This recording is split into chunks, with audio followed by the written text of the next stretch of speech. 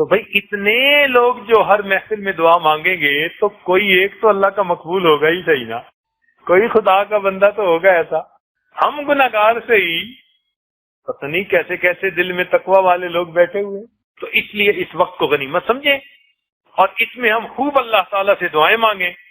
ایک اصول یاد رکھ لیں کہ جو انسان دنیا میں اللہ رب العزت سے دوستی کرنے کی نیت کرے گا، کوشش کرے گا، جو انسان دنیا میں اللہ رب العزت سے دوستی کی کوششیں کرے گا، قیامت کے دن اللہ اس کو دشمنوں کی صفوں میں کبھی کھڑا نہیں فرمائے گا، کبھی کھڑا نہیں کرے گا۔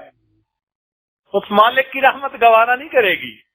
یہ دنیا میں مجھ سے دوستی کی کوششیں کرتا تھا اور مجھ سے دوستی کی دعائیں مانگتا تھا، اس کو میں دشمنوں کی صف میں کھڑا کر دوں، اللہ تعالیٰ کی رحمت کبھی گوارا نہیں کرے گی۔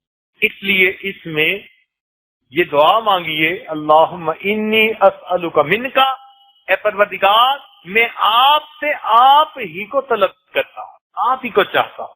اللہ تعالیٰ کی محبت مانگیے، پھر دیکھیے اس محبت میں اللہ تعالیٰ ہمیں کیسی برکت عطا فرمائیں۔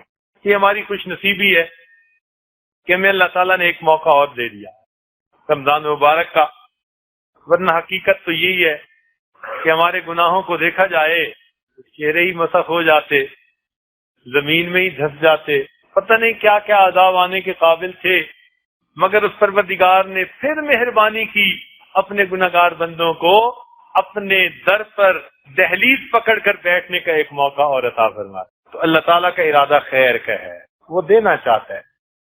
وہ پروردگار اپنے در پر آنے والوں کو خالی نہیں بھیجا کرتا۔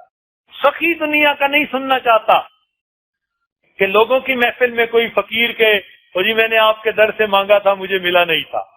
ارے دنیا کا سخی سننا گوارا نہیں کرتا کہ لوگوں میں بیٹھ کے کوئی فقیر کہے میں اس کے دروازے پر گیا مانگا مجھے نہیں ملا۔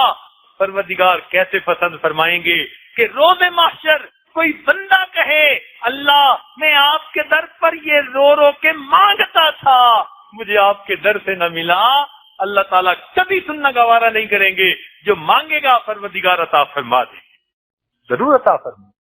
اس لیے اللہ تعالیٰ دے کے خوش ہوتے ہیں اور بندہ لے کے خوش ہوتا، تو اس لیے ہم خوب مانگیں اپنے پروردگار سے ان دنوں میں۔